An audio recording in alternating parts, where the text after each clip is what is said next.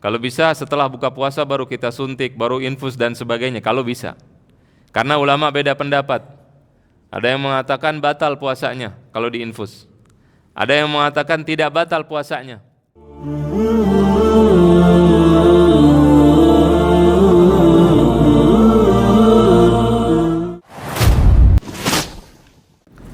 Assalamualaikum warahmatullahi wabarakatuh. Bismillahirrahmanirrahim. Alhamdulillah al-wahid al-ahad al-fard as-samad alladhi lam yalid wa lam yulad wa lam yakul lahu kufuwan ahad. Allahumma salli wa sallim ala athhari ruhin wa jasad sayyidina wa habibina wa syafi'ina wa qurrati uyunina Muhammad wa ala alihi wa sahbihi wa man tabi'ahum bi ihsanin ila yaumiddin. Amma ba'du, rabbi zidni ilma warzuqni fahma, rabbi shrah li sadri wa yassir li amri wahlul 'uqdatan min lisani yafqahu qawli. Allahumma arinal haqqa haqqan warzuqna ittiba'ah wa arinal batila batilan warzuqna ijtinabah. Allahumma amin ya rabbal alamin. Sebentar lagi kita sama-sama akan memasuki bulan Ramadan. Dan kita sekarang di bulan Sya'ban. Sayyidah Aisyah mengatakan bahwa Rasulullah sallallahu alaihi wasallam kana yatahaffadhu min Sya'ban ma lam yatahaffadhu fi ghairihi. Bahwa Nabi Muhammad sallallahu alaihi wasallam menghitung-hitung bulan Sya'ban tidak seperti bulan lainnya. Kapan kita akan sampai ke Ramadan?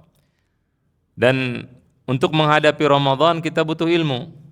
Karena orang ketika akan melakukan ibadah itu harus ada ilmunya. Allah berfirman dalam Al-Quran, ya ayyuhalladzina amanu kutiba alaikumus siyam. Ya ayyuhalladzina amanu, panggilan untuk orang-orang yang beriman. Jadi tema kita kali ini berjudul fikih puasa. Namun jangan dianggap bahwa fikih itu hanya mengetahui bagaimana kita berpuasa, hukumnya puasa apa. Allah berfirman, ya ayyuhalladzina amanu, wahai orang-orang yang beriman. Di ayat lain, ayat sebelum ini Allah mengatakan, ya ayyuhalladzina amanu kutiba alaikumul qisas. Wahai orang-orang yang beriman, diwajibkan atas kalian qisas. Kutiba alaikum idza hadara ahadakumul maut. Kata-kata yang digunakan sama wahai orang yang beriman. Diwajibkan atas kalian qisas. Orang yang membunuh dibunuh. Orang yang mencuri dipotong tangannya. Qisas. Kemudian hukum Allah. Kalau kita melaksanakan puasa Ramadan,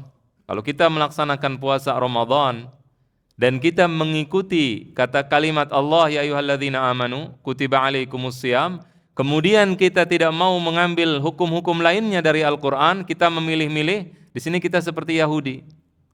Kalau kebetulan ini ayat enak saya ambil, kalau ayatnya enggak enak saya tidak ambil. Jadi fikih pertama yang kita lakukan, yang harus kita fahami, pemahaman yang benar adalah kita mengikuti Allah dalam semua perintahnya dan menjauhi seluruh larangannya. Tidak memilih-milih. Saya mau puasa bisa saya lakukan, enak saya kerjain. Yang tidak enak saya tidak kerjain. Jadi ini yang penting, yang pertama yang kita ambil dari pelajaran puasa. Kemudian yang kedua, di dalam ayat puasa, kalau kita baca ayatnya saja begitu saja, itu kita bisa salah paham nanti. Harus sebelum belajar itu harus ada yang membimbing. Karena di dalam Al-Quran Allah mengatakan, wa man kana minkum maridan aw ala safarin fa'iddatun min ayyamin ukhar. Barang siapa yang sakit, barang siapa yang sedang berpergian, maka hendaklah dia mengganti di hari lain puasanya. Nah ini kalau kita baca begitu saja berarti orang yang sakit, kemudian orang yang sedang berpergian, tetapi dia berpuasa tetap harus ganti puasanya. Begitu enggak? Orang kalau berpergian tapi dia puasa, diqadha tidak, diganti tidak puasanya. Kalau lihat ayat tadi diganti. Tetapi para ulama mengatakan tidak diganti. Karena para ulama mengumpulkan ayat-ayat Al-Quran, mempelajarinya, juga mempelajari hadis-hadis Nabi. kemudian baru menyimpulkan. Oleh karena itu nggak boleh kita baca otodidak, Quran, kemudian hadis, kemudian kita menyimpulkan sendiri, itu tidak boleh. Itu pelajaran yang kedua yang kita dapatkan dari puasa. Kalau kita mempelajari hukum-hukum puasa, apa definisi puasa? Puasa itu artinya apa? Kalau secara bahasa, puasa artinya adalah al-imsak, yaitu menahan diri. Inni nadartu lirrahmani sawma falan ukallima al-yawma insiya. Aku telah bernazar kepada Allah, kata Nabi Zakaria, aku hari ini aku tidak akan mengajak bicara manusia karena dia sedang puasa. Itu arti puasa secara bahasa. Tetapi kalau secara syariat, arti daripada puasa adalah al-imsaku 'anil muftirat. Menahan diri, mencegah daripada hal-hal yang membatalkan puasa. Ya, al-imsaku 'anil muftirat min tulu'il fajri ila ghurubis syams. Mulai dari terbitnya fajar sampai terbenam matahari. Itu artinya puasa. Nah, pertanyaannya, apa saja yang membatalkan puasa? Karena kalau nggak tahu yang membatalkan puasa, berarti puasa kita tidak sah. Yang pertama yang membatalkan puasa adalah makan, kemudian minum, kemudian bersetubuh, ya. Kemudian setelah itu muntah dengan sengaja, mengeluarkan air mani dengan sengaja. Kalau kita mengeluarkan air mani tidak sengaja, tidak batal puasanya. Misal kita mimpi, nggak batal puasa. Tapi kalau mengeluarkan air mani dengan sengaja, batal puasanya. Kalau berhubungan, keluar mani, tidak keluar mani, batal puasanya. Ya, kemudian apa? Kemudian pingsan tapi dari pagi sampai malam, tidak bangun. Nah, itu batal puasanya. Kemudian haid, kemudian nifas. Itu hal-hal yang membatalkan puasa. Jika dilakukan dengan sengaja, tahu haram, tahu itu membatalkan puasa, kemudian dia lakukan, dan dia ingat bahwa itu membatalkan puasa, kemudian dia lakukan, maka di sini puasanya batal. Kalau tidak ingat, tidak batal puasanya. Yang membatalkan puasa juga adalah masuknya sesuatu ke dalam 5 hal di dalam tubuh kita. Yang pertama, masuk ke dalam kepala kita. Yang kedua, masuk ke dalam perut kita. Yang ketiga, masuk ke dubur kita, kemaluan belakang atau kemaluan depan. Yaitu yang keempat, kemaluan depan. Ya, jadi perut, kemudian kepala, kemudian kemaluan depan, kemudian kemaluan belakang, kemudian ke dalam telinga kita. Kalau ada sesuatu yang masuk di situ, membatalkan puasa. Masuknya lewat mana? Masuknya lewat rongga yang terbuka. Jadi lewat hidung, lewat mulut, lewat telinga kita. Apapun yang masuk ke situ lewat tadi, maka bisa membatalkan puasa. Tapi kalau masuknya lewat pori-pori, tidak batal puasa. Jadi kalau kita mandi, ada air misal masuk ke dalam, nggak batal puasanya. Jelas ya?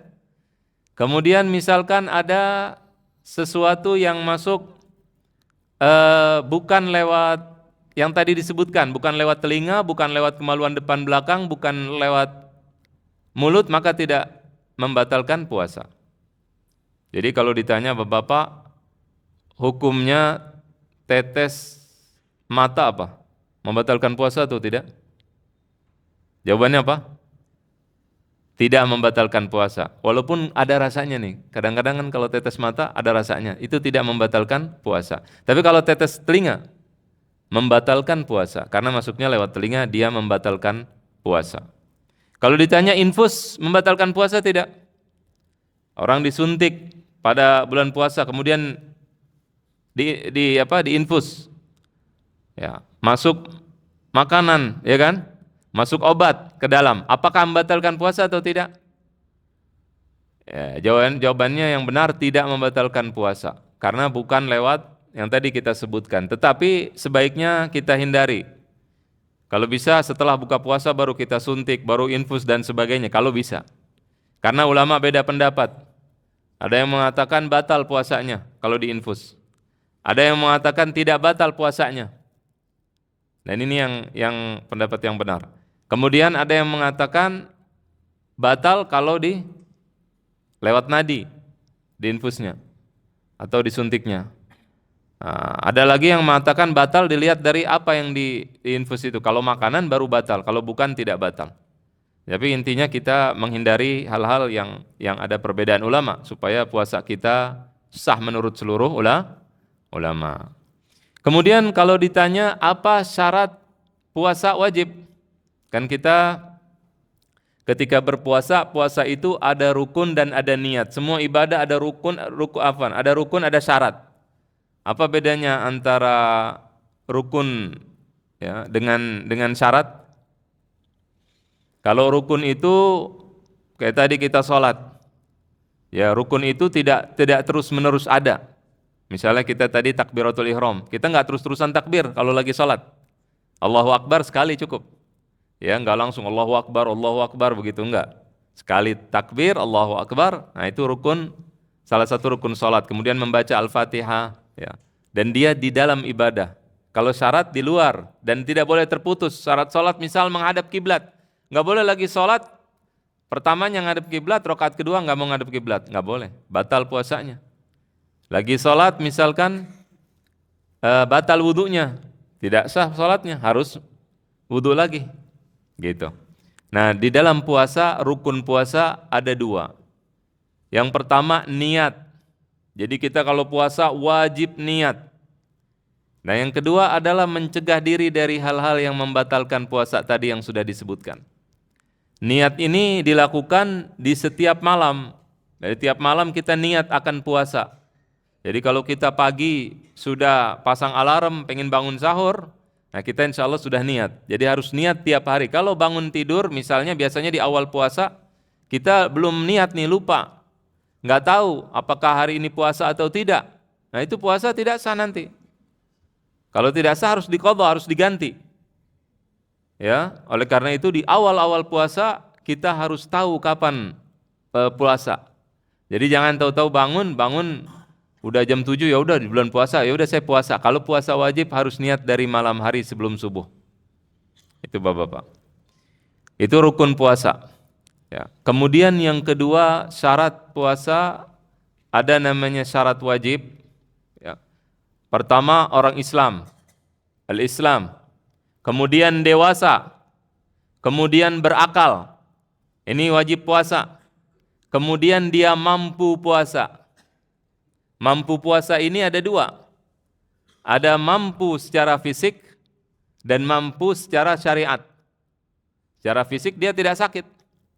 Dia bisa puasa, maka di sini wajib puasa. Ada mampu secara syariat. Dia perempuan tidak sedang haid, tidak sedang nifas. Kalau dia mau puasa bisa. Puasa artinya tidak makan, tidak minum, tetapi secara syariat dia tidak boleh puasa. Ya, jadi itu syarat puasa. Mampu untuk berpuasa. Kemudian dia sehat, tidak sakit, ini wajib ya, syarat wajib. Artinya orang sakit kalau puasa boleh nggak? Boleh, tidak masalah, kalau dia bisa. Kemudian yang berikutnya, dia tidak sedang berpergian. Kalau dia sedang tidak berpergian, maka dia boleh, dia wajib puasa. Kalau berpergian, dia boleh buka puasa. Cuma ini harus kita harus kita fahami bahwa banyak orang ini tidak ngerti, tidak tahu hukum puasa. Kadang-kadang dia berpergian belum pergi masih di rumahnya dia buka puasa, boleh nggak? Tidak boleh, karena Allah mengatakan ala safar sedang berpergian. Jadi kalau di rumah baru niat belum berpergian.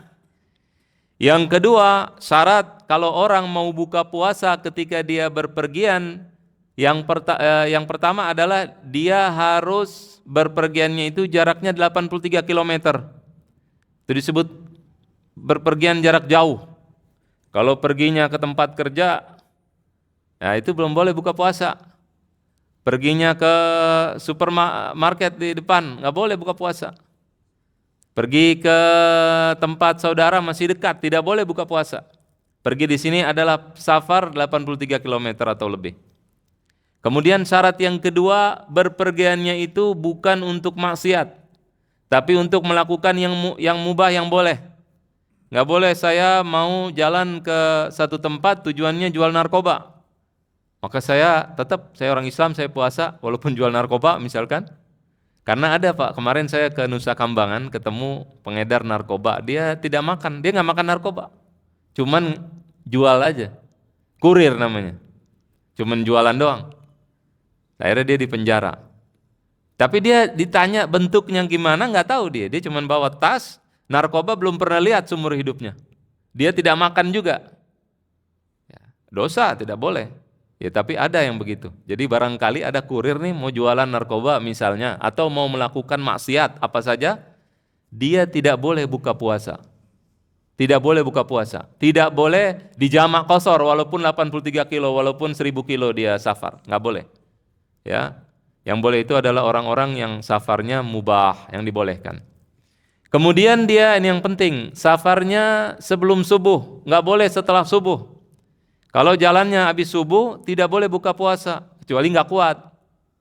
Tapi kalau dia dalam perjalanan, kalau jalannya sebelum subuh, kalau kuat juga boleh buka puasa, nggak masalah. Ini syarat, kenapa? Karena dia memulai ibadahnya belum safar, masih di tempat tinggalnya. Kalau orang melakukan ibadah di tempat tinggalnya, maka yang dimenangkan hukum tempat tinggal, bukan hukum safar, itu hukum asalnya. Jadi dia harus jalan sebelum subuh.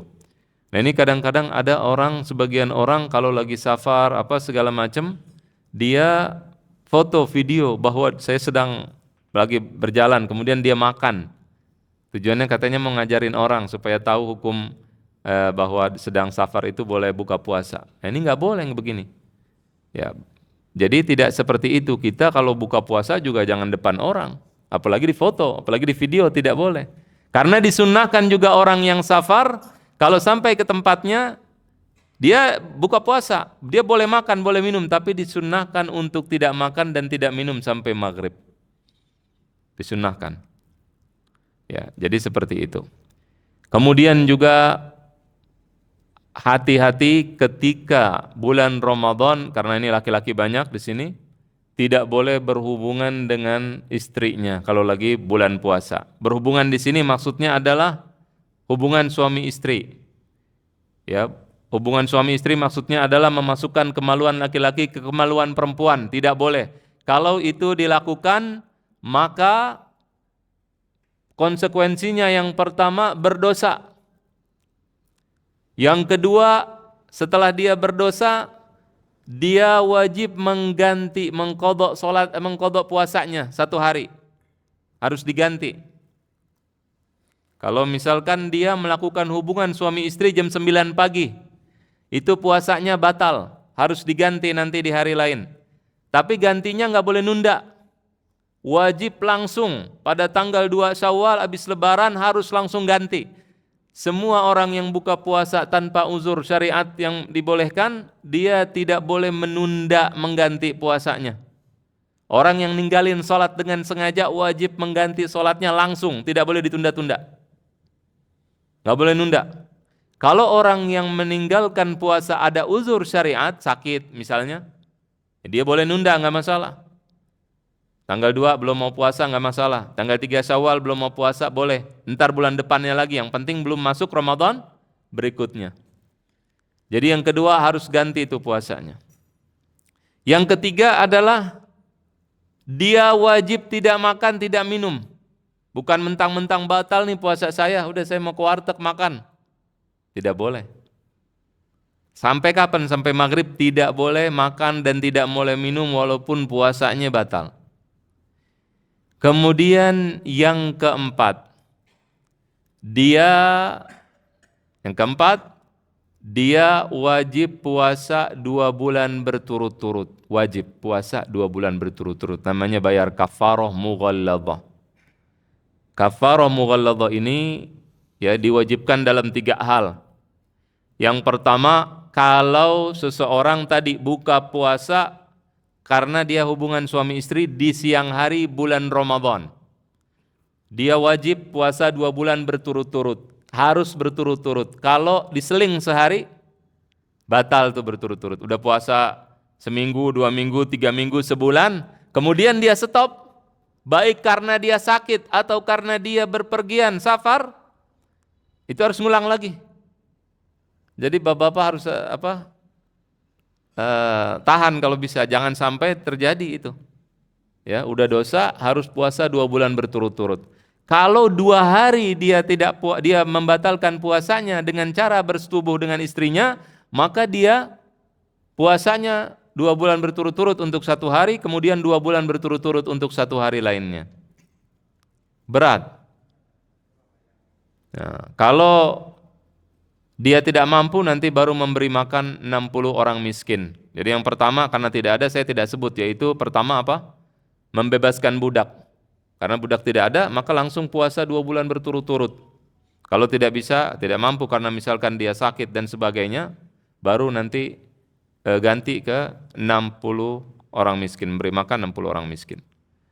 Nah, kemudian itu adalah hukum orang yang melakukan persetubuhan ya, bukan sekedar menyentuh dan sebagainya, tidak. Tapi persetubuhan di siang hari bulan Ramadan. Ini harus hati-hati kita. Jangan sampai melakukan itu.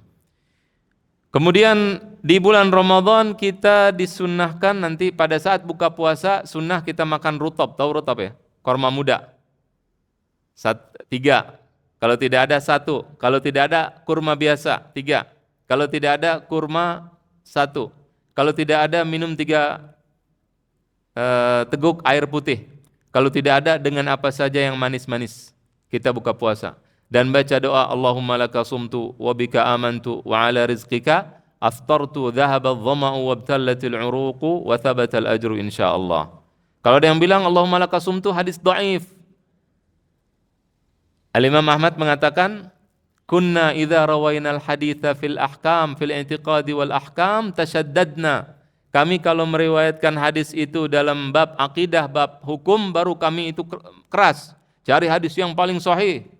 Tapi kalau meriwayatkan wa idza rawainal haditsa fil fadail tasahalna. Kalau kita meriwayatkan hadis dalam hal-hal yang di keutamaan seperti doa dilarang tidak kalau kita doa dengan doa apa saja? Tidak dilarang, apalagi ada hadisnya, apalagi walaupun hadisnya dhaif. Karena dhaif itu artinya mungkin itu berasal dari Nabi, mungkin bukan. Jadi kalau dengan doa yang mungkin dari Nabi lebih afdal daripada doa kita buat sendiri. Mudah-mudahan ini jelas ya. Ya, jadi tidak ada masalah. Kita doa nggak ada hadisnya juga boleh. Ya Allah, mudah-mudahan hari ini saya diberikan kesehatan, hari ini saya begini, boleh, nggak ada masalah. Maka boleh juga kita berdoa dengan hadis tadi.